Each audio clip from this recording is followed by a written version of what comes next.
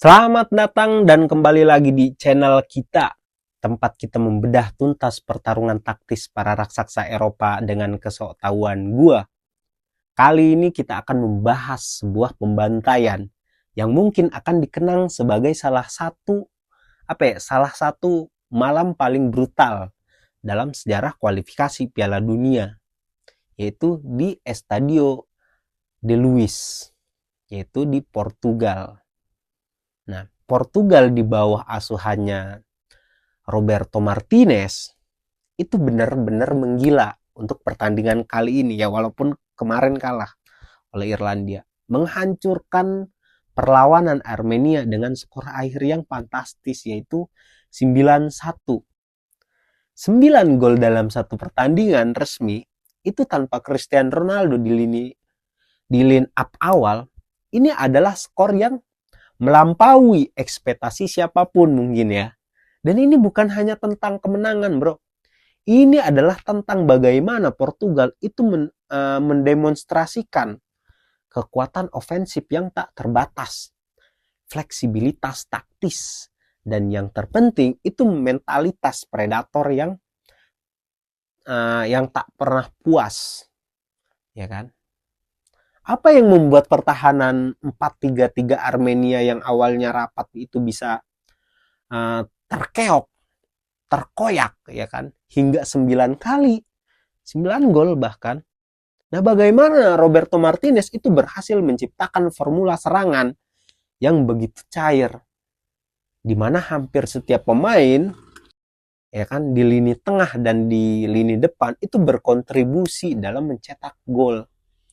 Dan mengapa absennya Ronaldo itu justru membuat serangan Portugal menjadi lebih tidak terduga dan sangat sulit dihentikan, bahkan lebih cair permainannya tanpa Ronaldo, tanpa sang mega bintang begitu. Nah, dalam pembahasan ke depan ya, kita bakal bahas ini.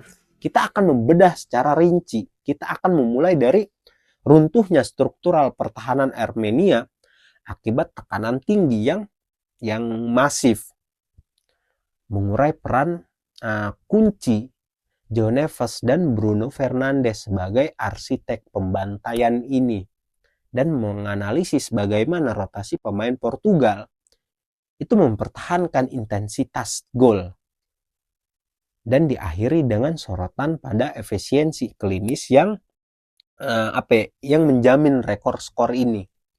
Oke, siapkan diri kalian, karena ini adalah bedah taktis 9-1 yang sangat-sangat brutal, pembantaian, mengobrak-abrik. Oke, mari kita mulai saja biar tidak lama-lama. Sejak peluit awal dibunyikan, itu Portugal memainkan sepak bola dengan intensitas yang mengerikan. Roberto Martinez itu menginstruksikan high press yang masif di sepertiga akhir pertahanan Armenia. Armenia yang bermain dengan 4-3-3 dan mencoba membangun serangan dari belakang, segera menemukan diri mereka dalam bencana begitu. Kunci dari pressing Portugal adalah sinkronisasi pergerakan. Gonzalo Ramos dan Rafael Leao itu menargetkan bek tengah dan pivot Armenia. Sementara winger Bernardo Silva dan Bruno Fernandes itu memotong jalur umpan ke bek sayap. Ya, Bernardo Silva atau João Neves gitu. Tujuannya adalah memenangkan bola kembali di zona transisi yang sangat berbahaya. Hanya 30-40 meter dari gawang Armenia begitu. Nah, taktik ini menghasilkan 3 gol pertama Portugal dalam waktu kurang lebih dari 40 menit ya, 40 menit begitu. Di mana setidaknya 2 gol diantaranya itu berasal langsung dari turnover cepat di area pertahanan Armenia. Gol-gol cepat ini itu bukan hanya tentang kemampuan individu, tetapi tentang keunggulan kolektif dalam memenangkan bola kedua begitu. Nah, pertahanan Armenia yang awalnya berupa tembok itu segera berubah menjadi kekacauan individu, karena setiap pemain itu mulai panik dan gagal menemukan rekan setimnya. Nah, ketidakmampuan kiper dan bek tengah Armenia untuk mengatasi tekanan ini itu membuat mereka memberikan Portugal hadiah berupa posisi menyerang yang sangat ideal, yang sangat bagus begitu. Nah, dalam fase menyerang penuh, Portugal itu bertransformasi menjadi struktur yang hampir hampir menyerupai 3-2-5. 3 back, 2 gelandang dan 5 penyerang begitu. Peran Joao Cancelo dan Semedo itu sangat penting. Mereka bergerak sangat tinggi dan lebar, memastikan bahwa Portugal itu selalu memiliki superioritas yang numerik melawan 5 back Armenia, ya kan? Nah, Cancelo yang bermain sebagai fullback terbaik pada kali ini menurut gue, itu sering berada di ruang halfback antara back tengah dan back sayap begitu. Memungkinkan Cancelo itu untuk memberikan umpan terobosan vertikal yang tak terduga. Semedo di sisi kanan atau di sisi lain itu terus-menerus melakukan overlap murni. Overload di sayap ini memaksa back sayap Armenia untuk keluar dari posisinya, yang menciptakan ruang besar di tengah kotak penalti yang dieksploitasi oleh Gonzalo Ramos dan pergerakan masuk dari Bruno Fernandes. Nah, dengan 5 pemain menyerang yang sangat cair, Portugal itu terus-menerus memindahkan pertahanan Armenia, memastikan mereka itu tidak pernah sempat membentuk blok pertahanan yang stabil. 2 gol tambahan menjelang jeda itu menunjukkan bahwa ketika Armenia mulai lelah, celah yang diciptakan Portugal itu menjadi semakin lebar. Babak pertama itu berakhir dengan skor 5-1, sebuah indikasi bencana yang terjadi di lapangan. Malam 91 ini adalah masterclass dari sang kapten lapangan, yaitu Bruno Fernandes, yang beroperasi sebagai nomor 10 yang sangat bebas. Bruno ini adalah konduktor orkestra serangan Portugal. Kontribusinya tak hanya diukur dari gol dan asisnya, tetapi dari kecepatan pengambilan keputusannya. Bruno Fernandes itu jarang menahan bola terlalu lama. Ia menerima bola dari lini tengah atau dari back dan langsung mencari umpan vertikal yang mematikan, mencari pemain-pemain yang harusnya dia umpan gitu, atau bergerak sendiri menuju kotak penalti. Nah, gerakannya itu sering menarik keluar salah satu dari 3 gelandang Armenia yang menciptakan ruang besar di belakang mereka begitu. Nah, perannya itu sangat vital dalam memecah pressing Armenia yang sporadis. Ketika Armenia mencoba menekan pivot Portugal, Bruno akan turun sedikit untuk menjadi opsi passing, menerima bola dan langsung mengirimkannya ke duo fullback yang sudah maju begitu, atau langsung ke Gonzalo Ramos. Nah, kemampuannya untuk menciptakan peluang ya dari posisi manapun di sepertiga akhir kotak penalti begitu, baik melalui passing terobosan, tembakan jarak jauh atau set piece, itu membuat ia menjadi mimpi buruk bagi pertahanannya pemain Armenia. Nah, Ia adalah motor utama dan memastikan serangan Portugal itu tidak pernah stagnan. Tidak pernah stagnan. Di samping Bruno, Leao adalah apa ya? Adalah katalisator lah ya. Katalisator utama yang membuat serangan Portugal itu begitu cair.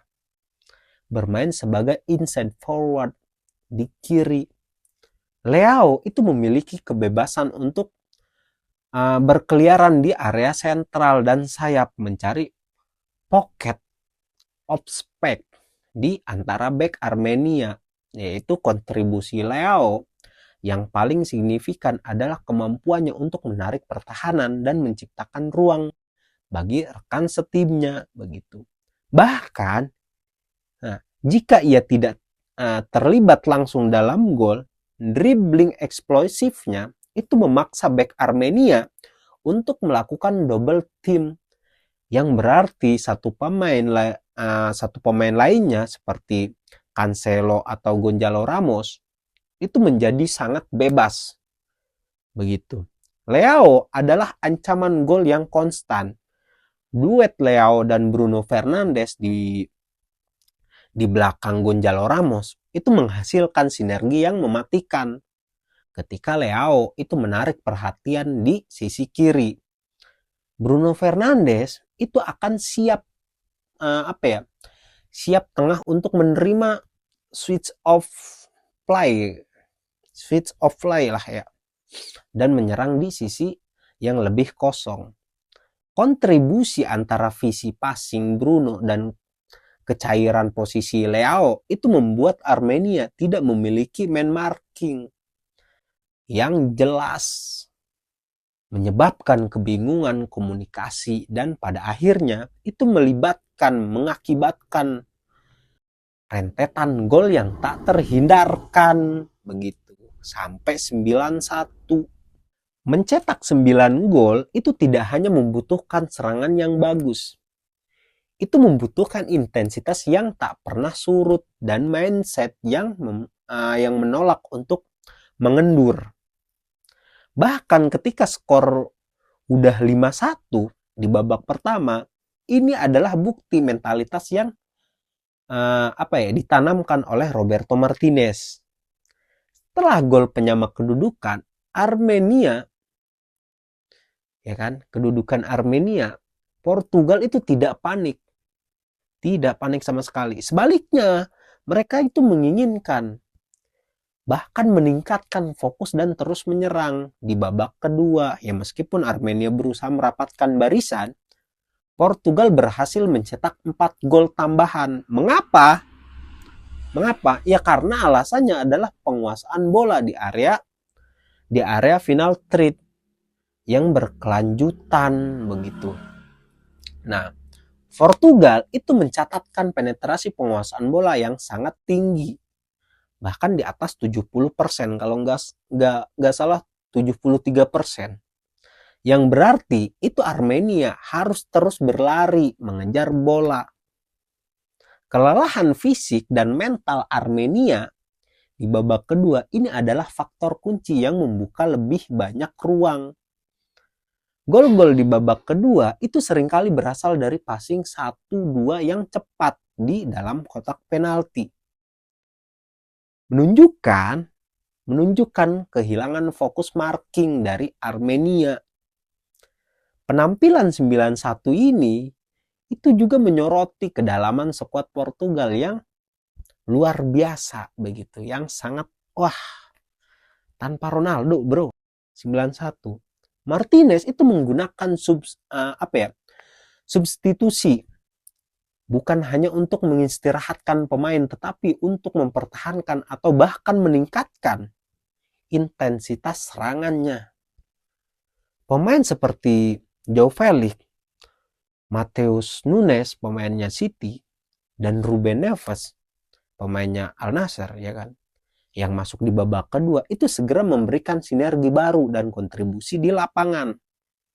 Ruben Neves yang menggantikan Pickford membantu mengamankan kontrol di tengah, ya, mengganti posisinya Vitinha. Sementara itu, Felix yang menggantikan salah satu penyerang, yaitu Leao, posisinya Leao, itu memberikan kontribusi gol. Golnya Portugal di akhir, ya, gol ke-9. Dan ini adalah kunci kemenangan tim besar. Pemain pengganti itu tidak hanya sekedar mengisi posisi, mereka memahami dan mengeksekusi sistem yang sama dengan intensitas yang sama begitu. Rotasi ini itu mencegah Armenia untuk beradaptasi. Begitu mereka terbiasa dengan ancaman Leao, itu tiba-tiba mereka harus menghadapi kecepatan dan dribbling dari Joao Felix. Kekuatan bangku cadangan ini memungkinkan Portugal untuk fokus menekan Armenia hingga peluit akhir dibunyikan yang sangat penting dalam pencapaian skor 9-1 yang monumental begitu. Untuk mencetak 9 gol, Portugal itu harus menunjukkan efisiensi klinis yang luar biasa di depan gawang. Dengan asumsi mereka itu melepaskan sekitar kurang lebih 23 tembakan dalam pertandingan ini ya. Kalau nggak salah kurang lebih segitu. Rasio konversi mereka itu akan sangat tinggi lah ya. Sekitar 30%-an lah. Jauh di atas rata-rata Eropa mungkin. Dan skor 9-1 ini adalah hasil dari dua faktor utama menurut gua. Yang pertama itu kualitas kreasi peluang. Yang kedua itu penyelesaian akhir yang sempurna. Begitu. Portugal itu tidak hanya membuang waktu untuk tembakan spekulatif. Mereka terus memindahkan bola hingga menemukan posisi menembak yang optimal di kotak penalti. Begitu. João Neves yang mencetak hat-trick, ya, dia hat-trick ya. Itu adalah gelandang yang sangat efisien. Setiap peluang yang didapatnya di dalam kotak penalti itu hampir pasti berubah menjadi gol. Demikian pula dengan kontribusi